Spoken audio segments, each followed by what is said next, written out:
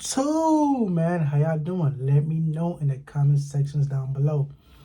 We guys having a great day, a blessed weekend, and I hope y'all eat some food, boy. If y'all haven't, sit down, grab some, chill out, vibe out.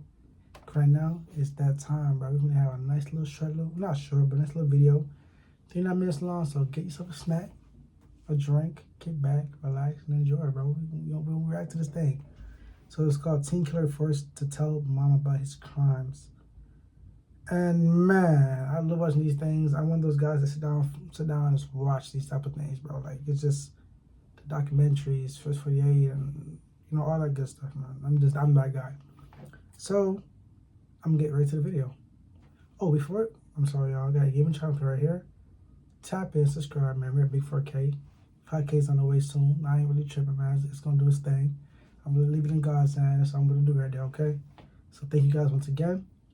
And let's get into the video, bro. Let's go. All right. Is she okay? Do you see where she hit at? No, it's on the side of her head. They're saying she's pregnant too. Take a deep breath. Damn. This woman was just informed that her daughter, Tiara Harris, was shot in a gang-related incident and is in critical condition. They just were shooting, and the blood just started dripping from her head, like. Tell y'all, man, y'all females, y'all like the hood dudes and all that, bro. Listen, there's stuff that comes with it, man. This is what it is. Make sure you take care of yourself first and foremost. Shit like that. I ain't no hood dude. I ain't none of that. I'm just me. I'm just me. You know what I'm saying? But sit back, bro. Don't follow the trend, hop on the hype. You know what I'm saying? Shooting the money, the ambulance, like I can't even talk right now, bro. Her boyfriend rushed her to the hospital, but sadly, it was already too late. Rest in peace, The worst part, Tiara had nothing to do with the shootout. She was an innocent bystander. A simple mix-up left an innocent, pregnant mother of two dead. That's how it goes, man. I got a whole story time about the second incident like this that happened around my neighborhood. No cap. I ain't gonna say it though. If y'all want that video, let me know. Her children now motherless, and her family absolutely heartbroken. The police now face a grueling investigation. However, with everyone involved supposedly being gang members, catching the killers would prove to be much harder than anything they'd done before. First. We've been in touch with Yolanda, the mother featured in this video, and are proud to share that half of the video's profits will be donated to the Akron-based charity First Glance Student Center. At 7:29 p.m. on April 14th, Akron Police Department would receive multiple calls reporting dozens of gunshots being fired out of 1492 Rockaway Street. Damn. Witnesses would describe what seemed like a gang-related shooting with multiple cars speeding away from the scene, one being a silver four-door Chevy. Police managed to quickly track down the Chevy, following it as the driver sped across back roads in Akron.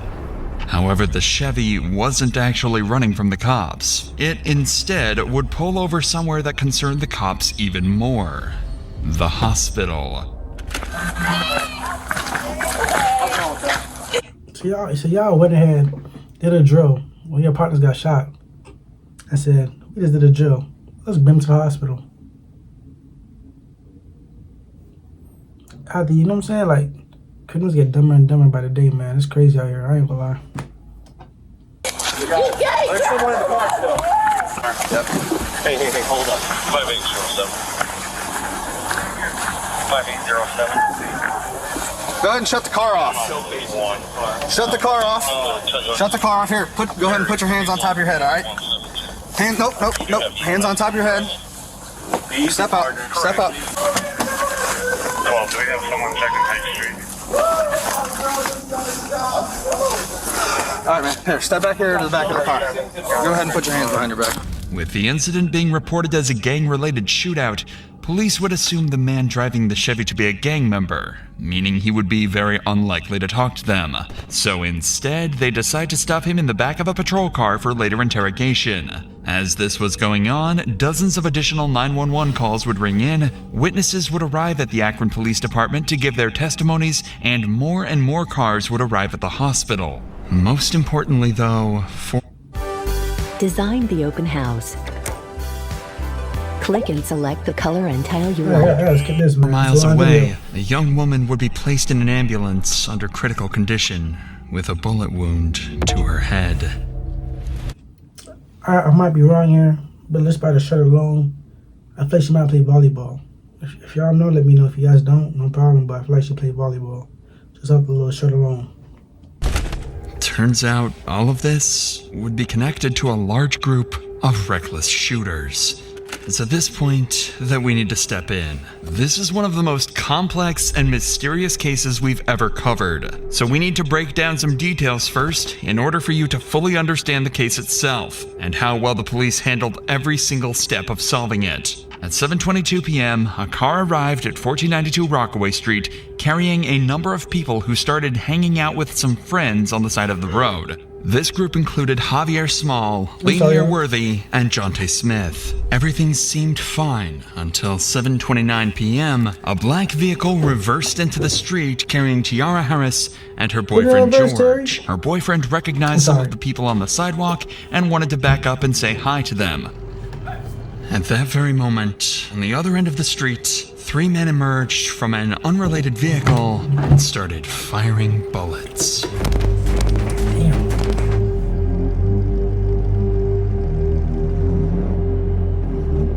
These men were Zaire Saunders, 17-year-old Anthony Whitaker, and Darion Rackley, all affiliated with the gang BBM, a notoriously violent gang active in Akron at the time. There was also the driver of the car, Jeremiah Williams. Their shots scattered the group on the sidewalk, with everyone running for cover. In the panic, Jonte and Javier drew their guns and began to shoot back. Bullets went back and forth, and everyone went into a panic as they realized their lives were at risk and a bullet could strike them at any moment. Seconds later, the dust settled, and the BBM members Zaire, Antonil, and Darion fled the scene. However, a grueling silence would ring throughout the street as Tiara's boyfriend, George, realized Tiara was the sole victim of the shooting. With BBM splitting up and running in different directions, George flooring it to the hospital, and everyone on the sidewalk either heading inside or preparing to head to the hospital too, cops would begin the grueling task of figuring out what just happened, and who, ultimately, was the one that fired the killing shot.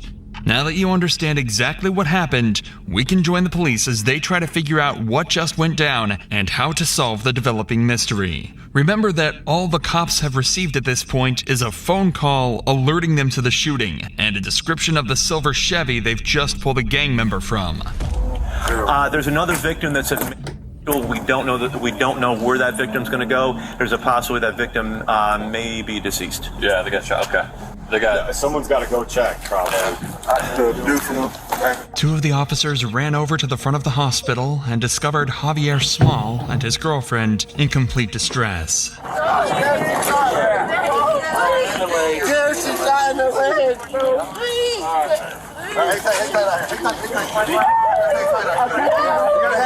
He can't go with you in that room. Because you gotta go to get checked out.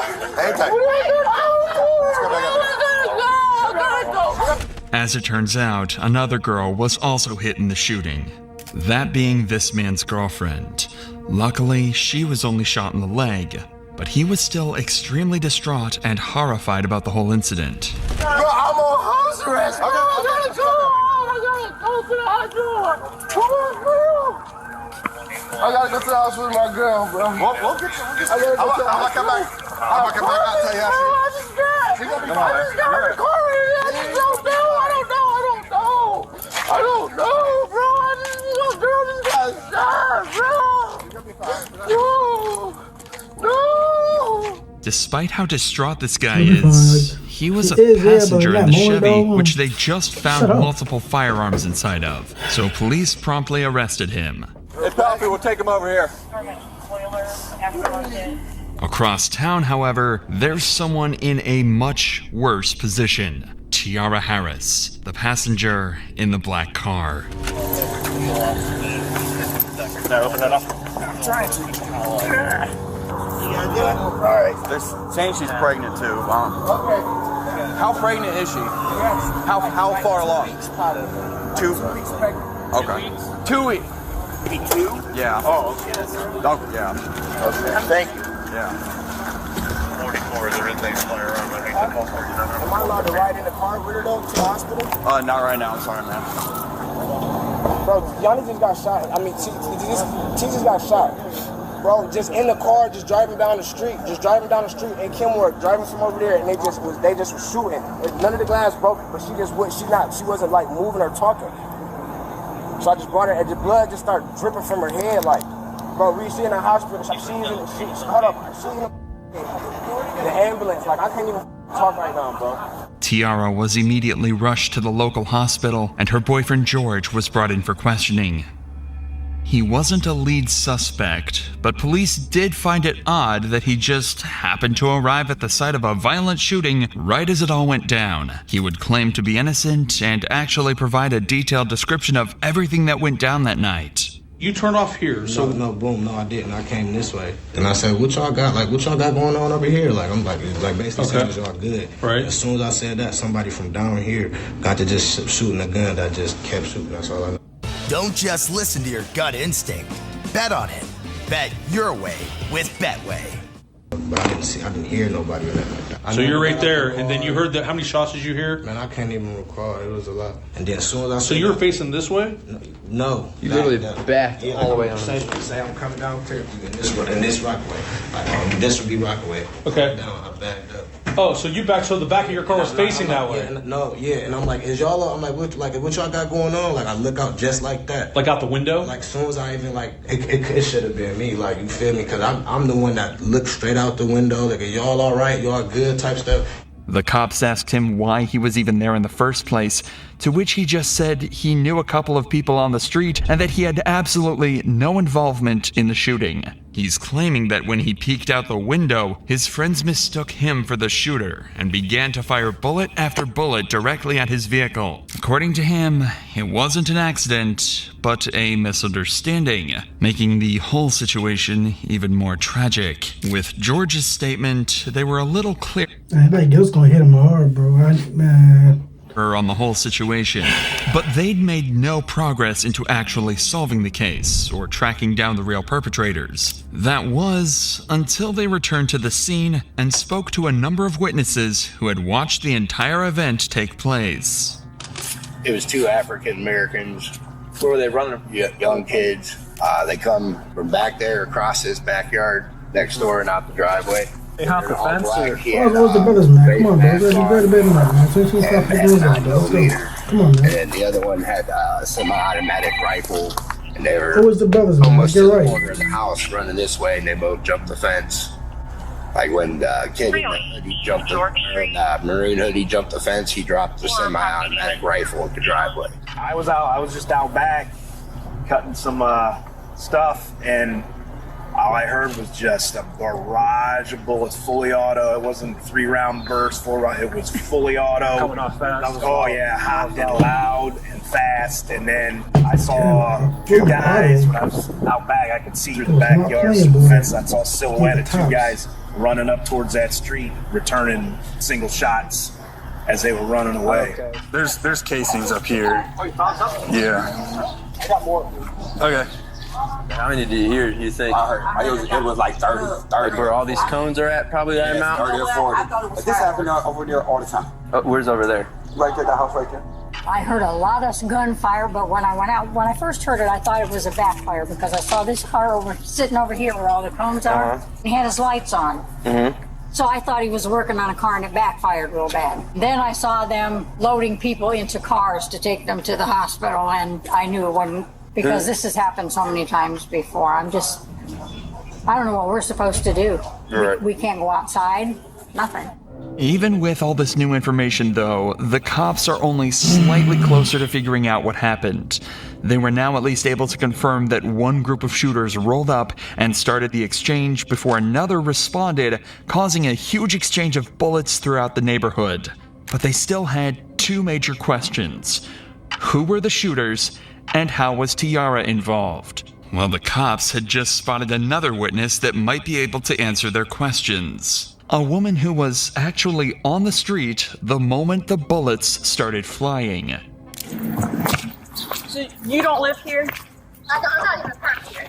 Oh. I was visiting. So who owns the house? Anitra Johnson. She is? Okay. She was out to eat when I called her. Okay. Everyone's okay though, right? The kids? The kids, yes. Yeah, the kids are okay. I got them in the back watching TV. Okay. There was another girl outside. I think she got shot in the thigh or the leg. I think they took her place in the hospital. Okay. She definitely got hit. Okay. So what did you see? I'm sitting outside. To be honest, we all family. So we're all outside prayer wrestling, like act like we hit each other and stuff. Next thing I know, I just heard these gunshots. I'm like, all right, we got a BB gun. Come through shooting. Yeah. And it was like, pow, pow, pow. It came through again. So I'm running up, I didn't even know where the gunshots came from. I'm running up, trying to grab the kids. They came through twice. Okay. Did the house get hit at all? I mean, I don't even fuck. Is that a bullet hole right here? I don't know. I was really just trying to grab the kids. And you said it, so what? They got out of a car? They didn't even get out of the car. Or they just started, they were hanging out shooting? They shooting? was hanging out shooting. Okay. Did you see how many by chance? Three of them? Okay. Now it's starting to sound a lot more like a drive-by shooting, notoriously one of the hardest types of crimes to solve, especially if the vehicle was stolen. The cops are starting to lose confidence that they'll ever find Tiara's killer, but then they decide to ask one simple question. Ma'am, do those cameras work? I believe so. Okay. She's on her way home. Oh, she is? Okay, perfect. There were CCTV cameras on the property, and as soon as the homeowner got back, they'd have access to the footage. So in just a few hours, the cops were able to put together just enough footage to understand exactly what happened. Remember, we already know all of this, but for the police, this was huge. Now they had a detailed timeline of the entire incident, including at what time it went down, how many people were involved, and which vehicles the suspects used. This would be very useful in the coming interrogations in terms of verifying their suspects' claims and pressuring them to confess. Police finally had a solid piece of evidence, and right as their case had started to build some substance, their biggest lead yet would step out right in front of them. I have video of them carrying the girl that got shot. I can put it on an SD card. And that's not the same one that was attacked. She'll send her a link and then she can just upload it from there. Right after they took off. Not only had they seen the entire thing go down, but as soon as they heard gunshots, they started recording. They managed to get this clear footage of a man getting into the same vehicle spotted at the shooting just minutes earlier. Now all they needed to do was track down the car using the visible license plate, and they'd have their first lead suspect. But with that said, these kids were no strangers to running from the police, and the officers would begin the hunt to find these evil teens. While all of this was going on, police had another, perhaps more nerve-wracking situation to handle. Tiara had passed away, and her family had no idea. Apparently not letting too many people in the hospital. Let's step over here, see where all these cruises are. My car okay? Where's your car at? I'm right here because I didn't one? know. Or this one? Right here. Sorry, which one? Okay. What's your daughter's name? You're here for your daughter? Tiara Harris. Tiara Harris. Let's say have me stand right here next to this sign. We'll have someone go over to talk to you, okay? Take a deep breath. Is she okay? I don't know the names of who they are currently, miss. Just listen to the cop's tone here. He knows just how bad things are looking for Tiara. And he absolutely doesn't want to break that news to her mother yet, especially when he sees just how emotional she's starting to get. Tiara's autopsy showed a single bullet struck her in the head and remains there. While tragic, this information would allow police to identify the exact bullet type and then gun used to shoot Tiara. If they could find the owner of this gun, they would be able to match it to the bullet, and justice could be served for Tiara and her family.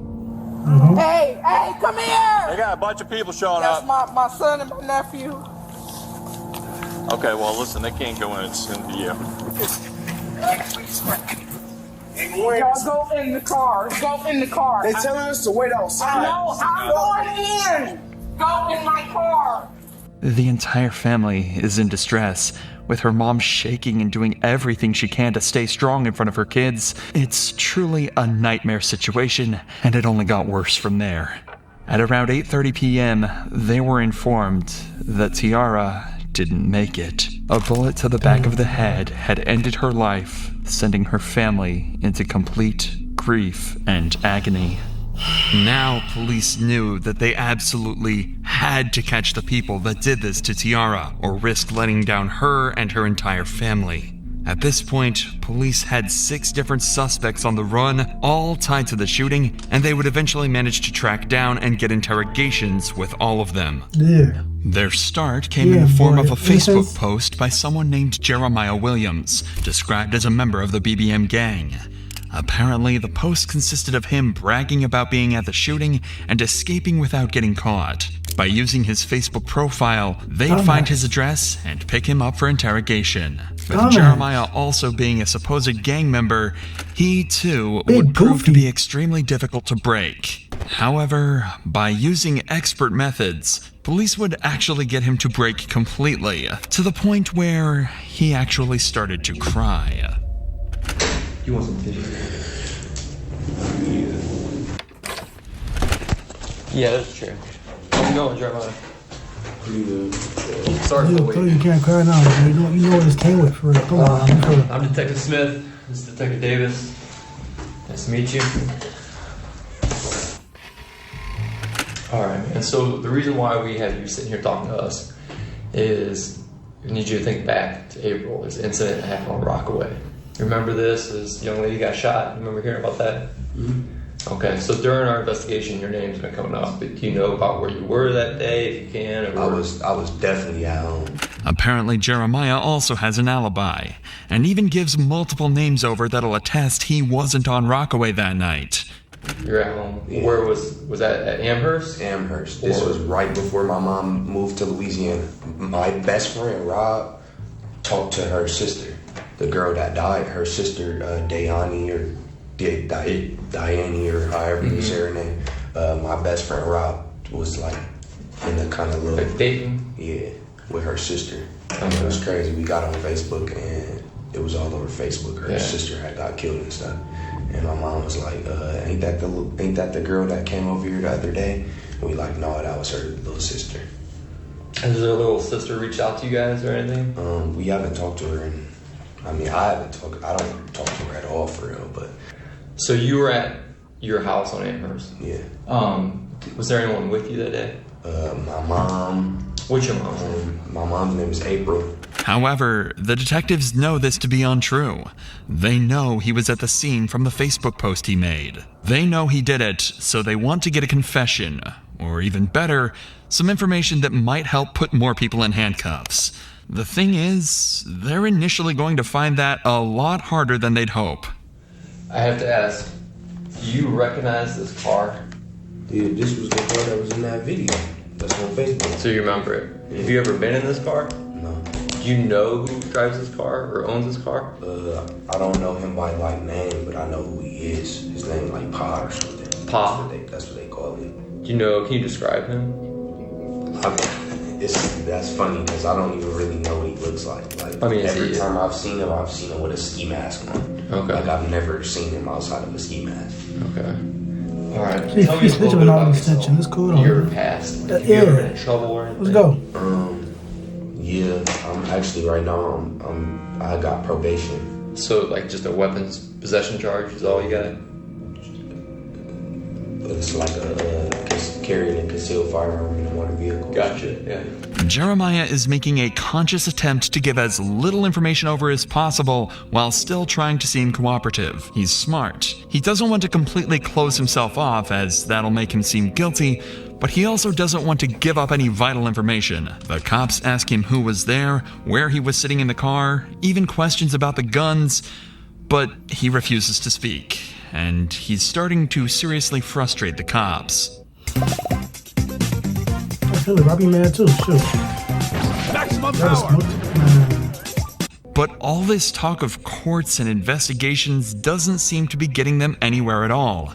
So instead, they switch gears. They're going to be as direct as possible and give it to him straight. That's their last hope at getting him to crack. Let's go. What do your friends call you? You have a nickname or anything? Jay. We're just getting to know you, man. Right. Obviously, we can see that you're not a bad person. Just the vibes I'm getting. Yeah, for sure. But you're in here talking to us for a reason. And it comes back down to this incident. You being honest with us is what we'll be able to work with you. We know that you were there. And we also got your DNA in this car. If I'd been in that car, I would tell you guys I've been in that car. I don't have no reason to lie or no reason to put myself in any trouble. Your role in it is the driver, because we know you're the driver. Really what we're looking for is why. You're already being charged with the incident. You explaining your actions and what really went down is just going to help with your role in this. We know you didn't pull the trigger, but you not being honest with what went down is not going to help you. It's going to, the prosecutor and the judge and jury are going to look at someone who's not remorseful. Drove over there and they started shooting. So they told you to drive over to Rockaway? Yeah. Who was sitting where in the car? In the front, and Zebo sitting behind me, and then Pa sitting on the door. It worked. The cops actually got a name. It was a nickname, but cops could eventually tie this back to a man named Zaire Saunders, who would be interrogated later. This was huge. They'd actually gotten a gangster to tell on one of his partners. But they weren't done yet. Gangster. They knew he still had more information, and they weren't going to stop putting on the pressure now. We got to go back to who was in the car with you.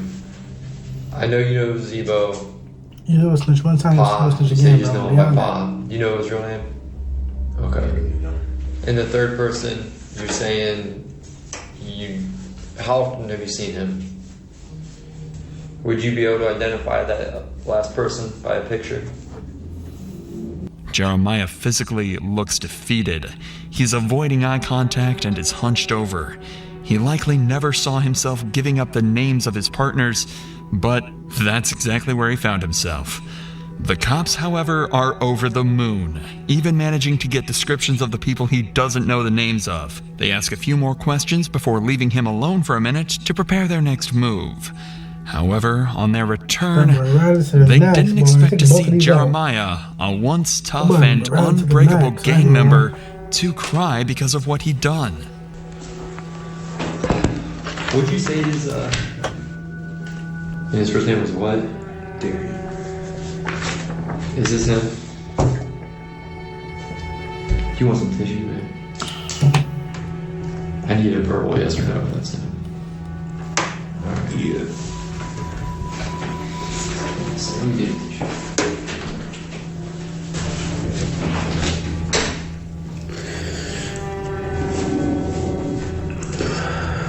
If this is the first time you've seen a gang member cry, you're certainly not alone. But it actually happened again in the detective's very next interrogation.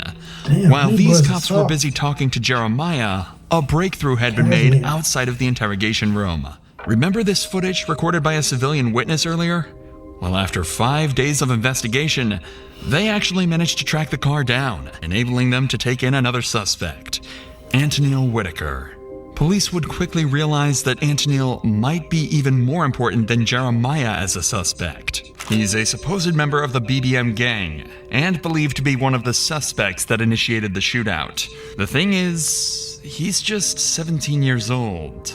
Since there's still some information even Jeremiah couldn't give them, they figured they might be able to scare him into giving up everything he knows. And their first idea is an unconventional, but possibly extremely effective method: a call home to mom. Hello, Ma.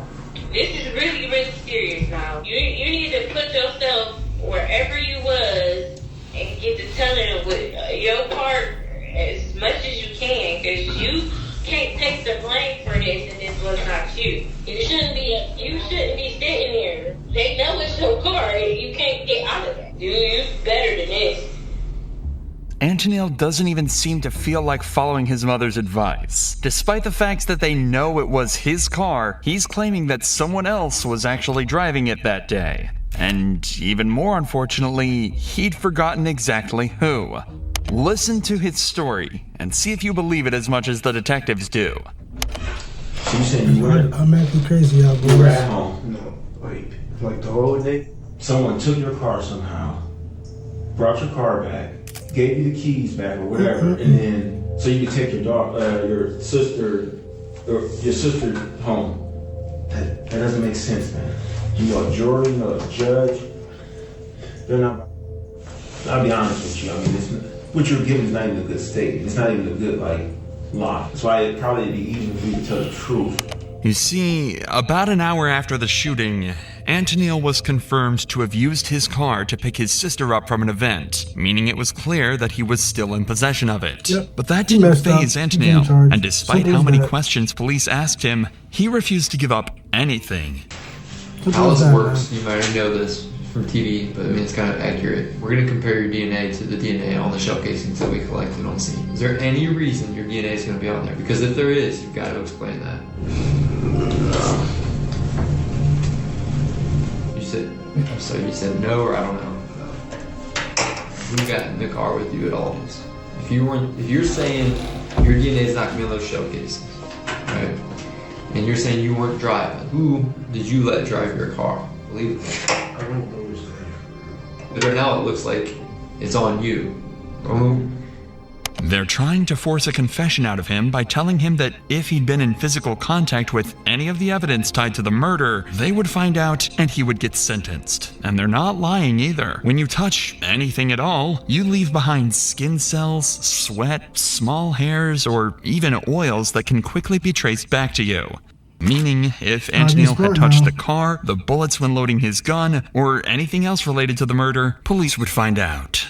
However, as of now, detectives haven't had the time to run these tests to confirm if his DNA was present, meaning they couldn't pressure him to a confession, and they'd have to wait until later. So in the meantime, they move their attention to the next suspect. Remember the man Jeremiah gave up to the cops back in his interrogation? That was Zaire Saunders. Once they had his name, they tracked him down and arrested him. And he would prove to be even more helpful than Antonil and Jeremiah combined. Did you know of or hear about that young lady who got killed? Yeah. Did you know her? No. We don't think that she was the one meant to be heard. And I mean, based on what we're seeing. But unfortunately, she did get obviously hurt. Her family's hurt. Right. You know, when we did that search warrant, we got your phone. Yes. Okay. And we downloaded your phone. And your location is putting you on Rockaway that day. And your phone with you on a drill too, bro? What happened that day? I shot a pistol. You shot a pistol? Yes. This seems like a breakthrough. He's just admitted to being a part of the shooting, and it seems that all the detectives' work has just paid off. But they're not quite there yet. Of the 3 shooters, 2 did indeed use pistols, but one of them was actually yielding the extremely dangerous automatic rifle that can be seen clear as day in this footage here. Instead of jumping this fence after the shooting, the man with the rifle fled directly down Rockaway Street, and that's the direction Zaire's phone shows him running. The good news is, that clears Zaire of being the man that killed Tiara. After all, she was killed with a very specific pistol round. But that does put him directly in the spotlight of being the man with the most dangerous weapon, and one that is directly lying to the cops right now. And they're not about to let him get away with that. We have video of the incident. You're on camera shooting a rifle. Is it a pistol that holds, 2 rifle rounds? I mean, it ain't just. It is big. Does it have a stock on it? Like something kind of modified type thing? No, it didn't have a stock on it. So describe it then. I'm getting on it is a rifle. That single piece of information resulted in Zaire actually getting the highest sentence out of anybody involved in the case. Just the use of such a dangerous firearm actually increased his prison time by somewhere between 10 and 15 years. But he still doesn't know that yet. He's still under the guise that if he helps the detectives out, he might get a better deal. So not only did he tell them where to find the rifle he used, he also gave up one of the most vital pieces of information the cops had received in the entire case. You said the group BBM? I just know they call it BBM. For real? BBM? Yeah. Zaire just told the cops the name of the gang that was involved. A huge piece of information that will help them track down every last individual that was part of this attack. Now the detectives have just one more final question that'll hopefully put together the final pieces of the puzzle they're looking for. You've been extremely helpful throughout this whole interview, and you're helping yourself out too. We gotta ask, whose idea was it? I know for sure it wasn't mine. They just around, so we'll just say yo, it's my dudes. But you got different dudes, and you got different, like that's how they is. Well, like, they ain't say it right then and there. They said it on Facebook, like. But they was like, I knew they was talking on me. They just didn't say it directly to me, but I knew they was talking on me. He just gave up the group chat where all of these shootings supposedly were planned. With this, police simply had to cross-reference the names in the group chat with the supposed shooters on the CCTV, and the names that had been mentioned in previous interrogations, giving them enough evidence to sentence all 6 of the shooters. But unfortunately, this wasn't the resolution they'd hoped for. After examining all the weapons confiscated, it would turn out that none of them were a match to the bullet found in Tiara's head, meaning they still couldn't tie any specific person to the actual murder. However, there is one puzzle piece we haven't told you about yet. The one that would solve this entire case. Watching the CCTV... You find out it's the boyfriend. I might be going crazy, y'all. If it is, that's ridiculous. TV footage, it's clear that there is one man that directly shot at Tiara's vehicle. If you follow this man, dressed in all black, back through the CCTV, you can trace him all the way back to the driver's seat of this black truck. A black truck that, until now, the cops were completely unable to identify. But then, they received one final piece of footage from a witness, allowing them to track it back to the owner, 44-year-old mother, Kia Brown. Police realized they had to interview her, knowing that whoever was driving Kia's black truck that day killed Tiara Harris. Hey, how you doing, ma'am? Good. I'm Detective Smith. This is Detective Davis with Acton Police. Hi. Hey, we wanted to talk to you or whoever is driving, who drives this truck, reference that incident that happened up the street. They were being shot at, and we're finally trying to catch up with them. Looked like a couple males. And have you heard about this? I heard about what happened on the corner. This is my truck, but my son was driving. It wasn't Kia, but her son driving the car that night. And after running his name, they'd find out he had ties to a rival gang of BBM. So the detectives had Kia call her son and hand over the phone to the officers. I have some detectives here right now. The day that we were moving in, the incident that happened around the corner, they would like to speak with you. Do you have a moment? Can you go on break? How you doing, man? On break. How you doing? Good. I'm Detective Smith. I'm with Detective Davis with me. Hey, what's your name before we get started, bud? Lanier Worthy. Lanier. All right, Lanier. How you doing, man? So listen, man, I won't keep too much of your time. We were wondering if we could talk with you and your mom maybe in person at some point, and we wanted to talk to you about that incident that happened up the street. We know you're over there, so we were hoping you could help us, actually. You're not in any trouble. We're actually hoping you could help us. Would there be a good day for you to... This weekend, fine? Yeah, Sunday the 8th. Can we do it anytime after 2:30? Okay. Anytime after 2:30? All right, man. We appreciate it. We'll see you at 3:30.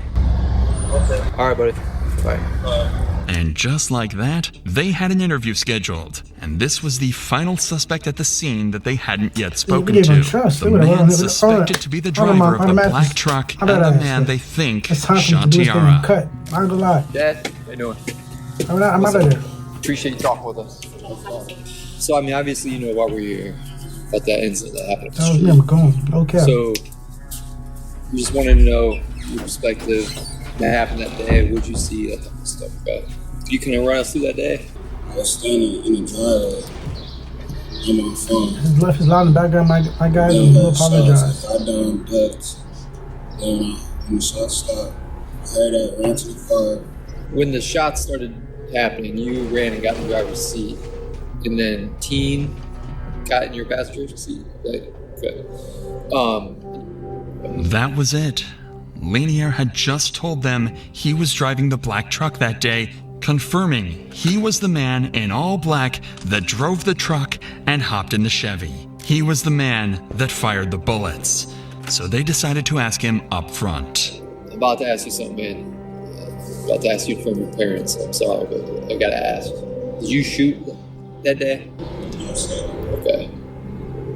Even though he said no, police already had all the evidence they needed. The car tied to him, his ties to the rival gang, and finally the video of him shooting at Tiara's car. So they arrested him on the spot and brought him in for interrogation. What's up, man? Here you come.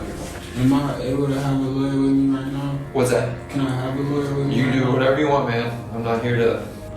Okay. Are you saying you want your lawyer? You don't want to talk? Yeah. Okay. All right. But in the end, this wouldn't matter, as when they arrested and processed him, they managed to confiscate his gun. And after analyzing the forensics of the bullet inside of Tiara and Lenier's gun, it was a match. Lenier had fired the killing shot. After 5 months of investigation, all the puzzle pieces were finally in place. In total, 7 people were charged in this incident. Zaire Saunders was charged with involuntary manslaughter and 4 counts of felonious assault and was sentenced to 35 to 40 years. Antonio Whitaker and Jeremiah Williams got 20 to 24 years on similar charges, while the 4th assailant in this group, Darion Rackley, got 34 to 40 years. It was confirmed Antonil's DNA was in fact found on various bullet casings on Rockaway Street, despite his claims in the interrogation room. The next 2 to be sentenced were the ones who shot back at Zaire's group after being rolled up on. They were Javier Small and Jonte Smith, who were sentenced to 4 years and 2.5 years respectively. Lastly was Lenier Worthy, Tiara's actual killer. However, as of this video's upload, he's still awaiting sentencing. Tiara and George were not involved in any of the gangs in the shootout and were found completely innocent. At long last, Tiara and her family could finally be at peace. Sheesh. Half of our profits. I'm gonna end it right there, man. End it right there. Listen, if you like the video right here, bro, let me know in the comment section down below. If y'all want to type in with me, subscribe, please do. Make great videos all the time, bro. All the time. Great videos, great content, your energy. But that's just crazy, man. You got time to think about life. Really think about life, too. Y'all, thank you for tuning in, man. Y'all be safe, bro. Peace.